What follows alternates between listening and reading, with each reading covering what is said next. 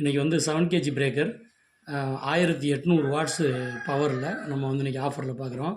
நம்ம இதுக்கு முன்னாடி வந்து எஸ்கான் பிரேக்கர் போட்டிருந்தோம். இது 7 கேஜி பிரேக்கருக்கு நார்மலாக 1800 2000 வாட்ஸ் அந்த மாதிரி காமிக்கிறோம்.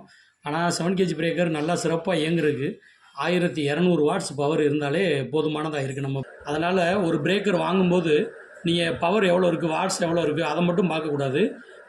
பிரேக்கரில் இருக்க மற்ற பகுதிகளோட குவாலிட்டியும் நம்ம பார்க்கணும். பம்பிங் பிஸ்டன் வந்து உண்மையிலேயே 34 mm இருக்கா, பம்பிங் வந்து நல்லா இருக்கா போது அதில் இருக்க பிளாஸ்டிக் பாடிஸ் எல்லாம் வந்து நல்லா ஸ்ட்ராங்காக இருக்கா. இப்போ என்ன செய்கிறாங்க, 3000 வாட்ஸு அந்த மாதிரிலாம் போகிறாங்க.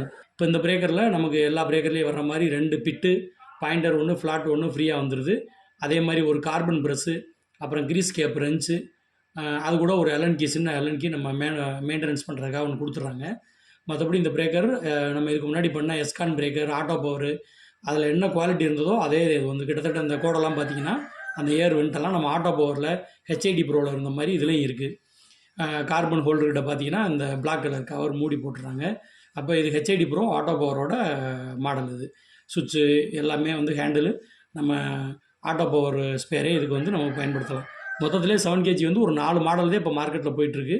4க்குமே இந்த மாதிரி ஸ்பேர்ஸ் எல்லாம் கிடைக்கிது. இதில் பார்த்தீங்கன்னா ஹேண்டில்கிட்ட அந்த ரப்பர் குஷன் வச்சுட்றாங்க. அப்போ மெஷினில் இருக்க அதிர்வு வந்து ஹேண்டிலுக்கு பக்கத்தில் கையில் பிடிச்சிருக்கவங்களுக்கு வராத அளவுக்கு ஒரு அந்த சேஃப்டி குஷன் வந்து நமக்கு போட்டிருக்காங்க. இந்த மெஷினில் இன்னொரு ப்ளஸ் பாயிண்ட்டு, பவர் கார்டு நல்லா சரியான நல்ல குவாலிட்டியான ஹெவி பவர் கார்டு நல்லா கொடுத்துருக்காங்க 3 மீட்டரில். இப்போ இது வந்து டேட்டா பிளேட் மெஷினோடது 1800 வாட்ஸ் பவர் காமிச்சிருக்காங்க. இதில் ஃபீல்டு காயில் ரெசிஸ்டன்ஸ் எல்லாமே பார்த்தோன்னா 1200 வாட்ஸ் தான் வந்து நம்ம 7 கேஜியோட ரேட்டிங். இருந்தாலும் இவங்க 1800 வாட்ஸ் நம்ம கொடுத்துருக்காங்க.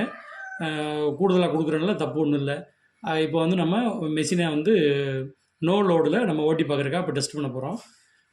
எந்த விதமான லோடு இல்லாமல் வெறும் மிஷின் மட்டும் ஓடுது. அதில் பார்த்தோன்னா நமக்கு வந்து இது 3 ஆம்பியர்லேருந்து 4 ஆம்பியர் வரை எடுக்குது. 4 ஆம்பியர்னால் கிட்டத்தட்ட ஒரு 1000 வாட்ஸு. நல்லா கல்லில் அடித்து செக் பண்ணும்போது மெஷினோட ரிசல்ட் வந்து பக்காவாக இருக்குது. நல்ல ரிசல்ட்டு.